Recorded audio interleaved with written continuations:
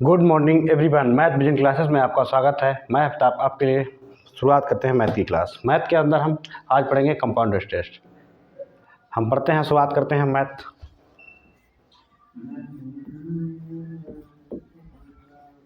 Math के अंदर हम शुरू करेंगे इंटरेस्ट। इंटरेस्ट हमारा बताओ तो ब्याज।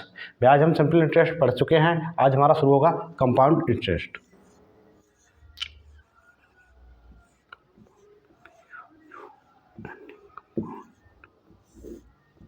Interest INTEREST compound interest. तो हमारा इसका अर्थ होता है चक्रवृद्धि ब्याज। तो हम इसको देखते हैं। सबसे पहले हमने देखा कंपाउंड इंटरेस्ट किसे कहते हैं। तो सबसे पहले हमने शुरुआत करते हैं इसको। पहले हम इसकी रीजनिंग लिखते हैं। चक्रवृद्धि ब्याज,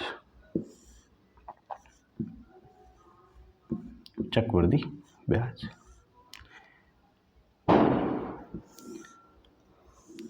सबसे पहले हम जानते हैं चक्रवृद्धि ब्याज क्या होता है।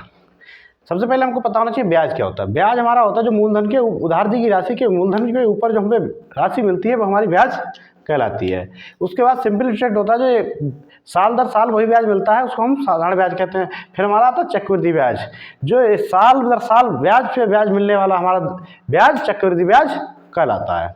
इसको हम लिखते हैं जब मूलधन के साथ साथ, अगर इसकी परिभाषा लिखना चाहें तो इस तरह से लिख सकते हैं, जब मूलधन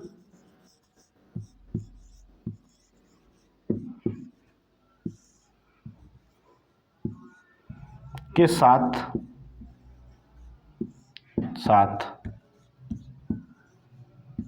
प्रतिवर्ष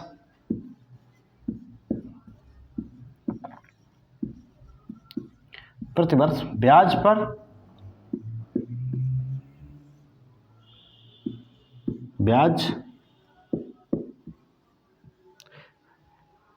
जब मूलधन के साथ साथ प्रतिवर्ष ब्याज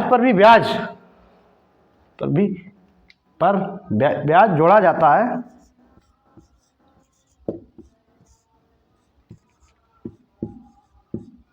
तो वह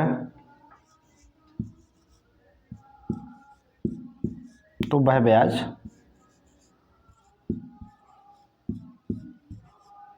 चक्रवृद्धि ब्याज कहलाता है।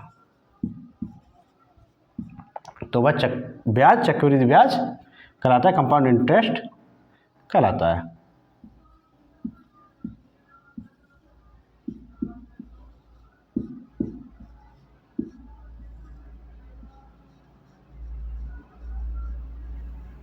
ब्याज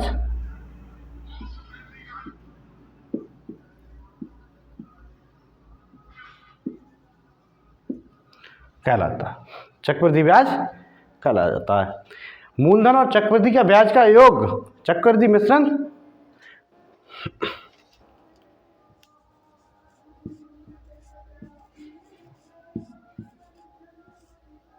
मूलधन प्लस चक्रवृद्धि ब्याज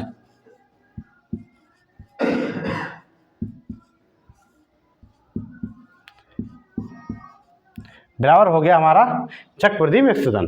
इसको हम चक्रवृद्धि मिश्रण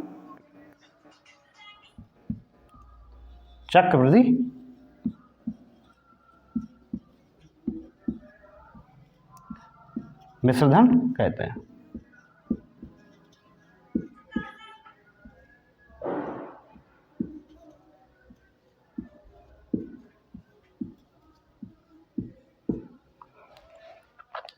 तो हमने इसकी परिभाषा देख ली। अब हम इसके बाद में देखते हैं। सबसे पहले चक्रवृद्धि ब्याज हमारा दो तरह से होता है। नंबर एक क्रमबद्ध विधि, दूसरा समतल विधि।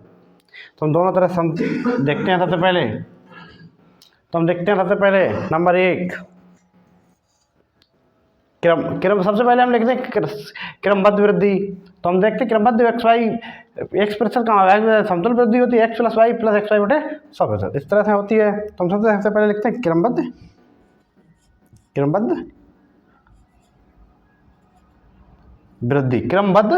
वृद्धि।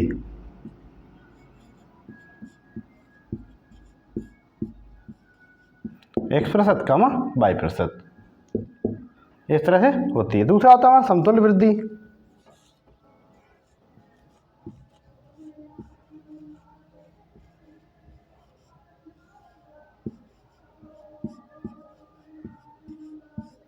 समतुल्य वृद्धि हमारी होता है x plus X plus Y plus X Y बटे 100%। यहाँ पर हम देखते हैं ये हमारा y है, ये हमारा x है, x plus Y X Y बटे 100%। इसके बाद में हमने देखा क्रमबद्ध जो वृद्धि हमारी वो अलग x अलग y अलग, समतुल्य वृद्धि होती तो x plus Y X Y बटे 100%। इसके आधार पर अगर हम एक सवाल एक उदाहरण आगे करते हैं तो हम देखते हैं। सबसे पहले उदाहरण हम लिखते हैं, फिर हम आगे करते हैं। हम एक सवाल लेते हैं और हम देखते हैं। सबसे पहले समतुल्य वृद्धि हमने लिया, मान लीजिए किसी भी वस्तु की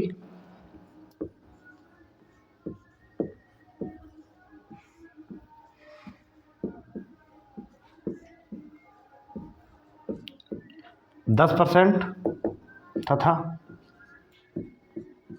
10% की दो वृद्धि होती हैं कि क्रमबद्ध बढ़त होती हैं। क्रमबद्ध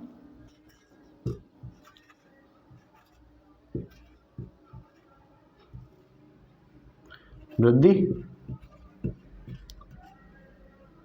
क्रमबद्ध वृद्धि होती है तो उसकी समतुल्य वृद्धि ज्ञात करें।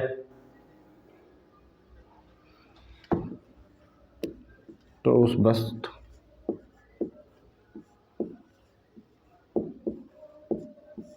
की समतुल्य वृद्धि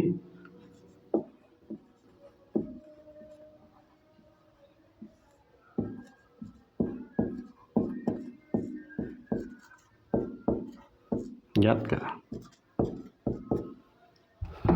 तो हम सबसे पहले लिखते हैं समतुल्य वृद्धि x plus Y plus X Y बटे 100%। तो हम इसको सवाल को लेते हैं। सबसे पहले x बराबर हमारा 10, वाई बराबर हमने 10 ले रखा है, एक्स वाई बराबर हमने ले रखा 10 गुणा 10 बटे 100। तो 0 से 0 हमारा गया, 0 से हमारा 0 कट गया। तो हम देखते हैं 10 प्लस 10 20 हमारा हो गया, प्लस हमारा यहाँ पर 1 आएगा, प्लस हमारा 21% आंसर आ गया। इसी तरह से हम दूसरा सवाल करना चाहें तो हम दूसरा कर सकते हैं, तीसरा चाहे तीसरा कर सकते हैं। एक हमने बहुत सरल सवाल लिया, अब थोड़ा हम कठिन सवाल आगे करते हैं। इसके बाद हम दूसरा सवाल अब करेंगे। अब हमने ये सवाल लिया एक एग्जाम्पल, तो इसमें देखते हैं सबसे पहले क्या लिखा, किसी वस्तु का क्रमबद्ध बढ़त 12.5% तथा 12.5% है तो उसकी समतुल्य बढ़त ज्ञात करें। तो हम इसको लिखते हैं किस तरह से कि हम 12.5% की वैल्यू पहले जानते हैं क्योंकि 12.5% 2 बार है, तो इसको हम दूसरे तरह से हम निकालते हैं। तो हम देखते हैं सबसे पहले इसको निकालने के लिए। तो हमने देखा 12.5% किस तरह से लिखते हैं, इस तरह से। इसको हम लिख सकते हैं 25/2, 12.5 को हम 25/2% लिखते हैं। इसका अर्थ हुआ 25/2 हटाते हैं तो हमारा गुणा 100, तो 25 चौका 100 बराबर 1/8, यानी कि 8 पर हम 1 की बढ़त कर रहे हैं। तो हम यहाँ पर लिखते हैं 8 से हमारी बढ़त हुई, 1 की बढ़त की 9 हुआ, फिर हमारे एक साल हो रहा है 8 से बढ़त के हमने 9 किया। अब इन दोनों को हम करते हैं 8 2 64, तो हमारी मूलधन हुआ। जो मूल राशि है वो हमारी 64 हुई और जो हमारी बढ़त राशि है उन्होंने 81 है। हम देखते हैं हमारी कितनी राशि बढ़ी। तो 81 में से 64 घटाते हैं, तो 81 में से हम 64 घटाएंगे तो हमारे पास 11 में से 4 गए, 7 बचे। यहाँ पर हमारा 7 बचा, 7 में से 1 गया 6, तो हम देखते हैं हमारे पास राशि 17। तो हम यहाँ पर लिखते हैं 17 जो हमारे मूल राशि है वो 64 है, गुणा करते हैं हम 100 से। तो हमने इसको काटते 4 से कटेगा हमारा, तो 16 चौकू 64, 25 चौका 100। तो हम देखें तो हम इसकी गुणा करते हैं, तो इसकी गुणा आई 17 अपना 85, तो हमारे 8 हासिल है, 17 दूनी 34, 8 हमारे 42 हुआ, बटे हमारा 16 आ गया। तो हम इसको भाग देते हैं, 16 दूनी 32, 10 बचा, 10 105, तो 16 पंजे 80, 16 छक 96 आया हमारा। इसके बाद में हम आगे भाग करते हैं, तो हम देखते हैं 5 का बार आया, इसके बाद हम फिर से भाग देंगे तो हमारा 6 का बार आ जाएगा, तो हम 26.56% हमारा आंसर आ गया। इसको हम दोनों तरह से कर सकते हैं। इसके बाद में अगर हम इसको एक्स वाई से भी करना चाहें तब भी हमारा इसी तरह से आएगा। हम जो सेकंड मेथड लगाते हैं तो हम सेकंड मेथड से भी कर सकते हैं इसको, क्योंकि इसको 25/2 25/2 दो बार करेंगे तो भी हमारा वही आंसर आएगा। इसके बाद में अगला सवाल हम करते हैं एक और। इसकी जो सेकंड मेथड है उससे हमको एक बार करके देखते हैं इसे, उससे भी हम आसानी से कर सकते हैं। तो 12.5% हमारा लिखा है, तो 12.5% को हम 25/2% लिखते हैं। प्लस हमने दूसरी बार भी लिखा 25/2, क्योंकि x प्लस वाई, प्लस हम करते हैं एक्स वाई बटे 100, 25/2 गुणा 25/2 बटे 100 आता हमारा। इस तरह से हम इसको करते हैं। तो इसको हम करेंगे तो हमारा आएगा 25/2, 25/2 हमारा 50/2 आएगा, 50/2 का अर्थ 25 हुआ, तो हम इसको सीधे सीधे लिख लेते हैं। अब हम इसको हल करते हैं तो हमारा ऊपर रहेगा 25 गुणा 25, 2 दूनी 4 नीचे आ जाएगा, 4 गुणा 100। हम यहाँ से करते हैं 25 चौका 100, तो हम देखते हैं 4 चौक 16 हो गया हमारा। तो हम इसको लिखते हैं आगे 25 प्लस 25/16 है। हम 16 से भाग 25 के लिए करते हैं। सबसे पहले हमको 16 से भाग 25 को आनी चाहिए, तो हम देखते हैं 16 से भाग 25 के लिए देते हैं 16 एकम 16, तो हमारे यहाँ पर 9 बचे, 0 हमने बढ़ाया, 16 पंजे 80, 10 बचा हमारा, 1 0 बढ़ा, तो 16 छक 96। तो हम देखते हैं हमारा, तो इसमें हमारा आएगा 25 प्लस 1.56। हम इसको लिखते हैं तो हम इसको जोड़ दे देंगे अब सीधे सीधे, तो हमारा आएगा 25 प्लस 1 26.56%।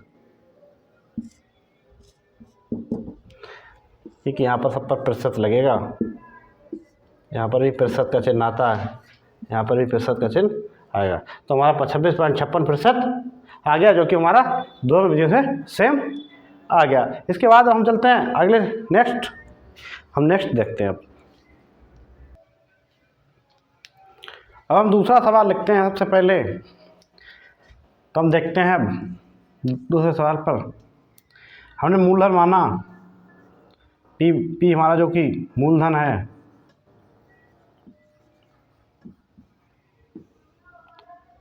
मूलधन हमने 5000 ले लिया, 5000 रुपये।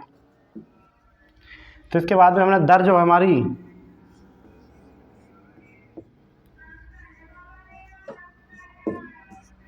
10% ले रही। इसके बाद समय हमारे अगले इस क्वेश्चन में समय t, जो कि हमने 2 वर्ष ले लिया, वर्ष या साल। हमको चक्रवृद्धि ब्याज निकालना। कंपाउंड इंटरेस्ट, चक्रवृद्धि ब्याज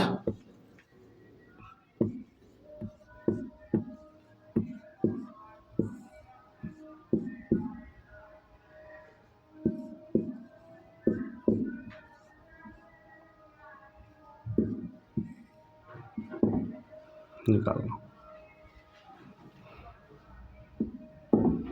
हम सबसे पहले इसको देखते हैं। जब हमने दर मानी है 10%,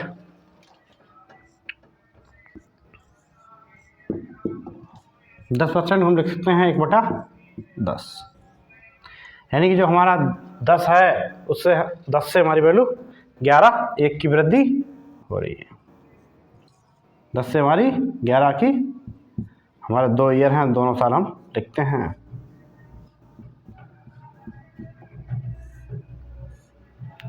तो इन दोनों को गुणा करते हैं हम, 10.100 आया हमारा, तो साधारण ब्याज हुआ। इन दोनों को हमने गुणा करी तो हमारे 11 गुणा 121 होती है, वो हम 121 अब देखते हैं। तो हम देखते हैं हमारे जो इनमें दोनों में अंतर है वो 21 का है। तो हम देखते हैं सबसे पहले जो हमारा ब्याज 21 आया, हमको जो मूलधन दे रखा है 100, मूलधन 100 की वैल्यू हमको पता है, हमारे 5000 हमने 100 मानी है, यहाँ पर 5000 दे रखी है। तो हम देखते हैं तो 1 का मान हमारा आ गया, तो 0 0 गया 50, क्योंकि 2 0 से 2 0 चले जाएंगे तो 50 आ गया। हमको मान निकालना 21 का, तो हम 21 का चक्रवृद्धि ब्याज याद कर लेते हैं।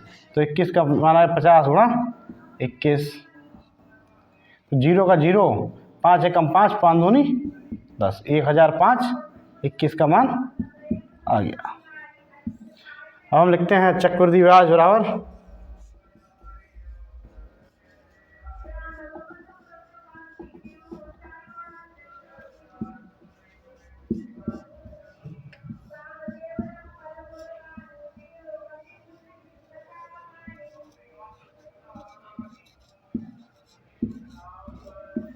तो हम देखते हैं यहाँ पर हमारा चक्रवृद्धि ब्याज 1050 रुपये 2 साल का आ गया। कितनी आसान तरह से इस तरह से हम निकाल सकते हैं। इसका एक दूसरा भी मेथड है, उस तरह हम निकाल सकते हैं। उससे हम निकालना चाहें तो वो थोड़ा सा ध्यान देने योग्य होता है, क्योंकि हम देखते हैं सबसे पहले 5000 सेकंड तक जो उसकी आती है 5000 है, इसका हम 2 साल का ब्याज निकालना है। तो हम देखते हैं सबसे पहले 5000 यहाँ लिखा हमने, 5000 यहाँ लिखा।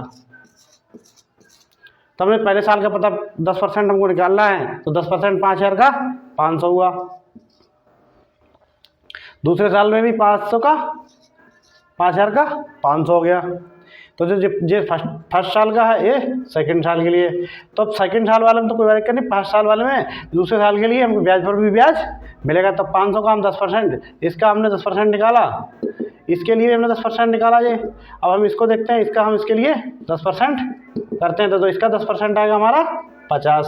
तो हम इन दोनों को जोड़ते हैं, 500 प्लस 500 प्लस 50, इन सबको हमने जोड़ा तो हमने देखा हमारा आया 500 1000 1050 हमारा आ गया। तो हम इस तरह से भी इसको निकाल सकते हैं। लेकिन ये मेथड हमको एक जब हम पूरी तरह से पढ़ लेंगे तब इसको करेंगे, क्योंकि इस क्वेश्चन से हम आसानी से निकाल सकते हैं। इस क्वेश्चन को जब हमें आता होगा तभी हम कर सकते हैं, क्योंकि हमको पता होना चाहिए 5000 का पहले साल का ब्याज हमारा 500 आया और दूसरे साल का हमारा 500 ब्याज फिर आ गया। लेकिन जो हमारा 500 पहले साल ब्याज मिला, ब्याज पर भी ब्याज हमको 50 मिल गया। तो हम तीनों ब्याज जोड़ते हैं, 500 500 प्लस 50, तो हमारा 1050। इस तरह से भी हम क्वेश्चन को कर सकते हैं। इस तरह का बहुत जल्दी क्वेश्चन कर सकते हैं, लेकिन सीखने के लिए हमको ये प्रक्रिया लंबी करनी पड़ती है। ये हमारा सेकंड मेथड होता है।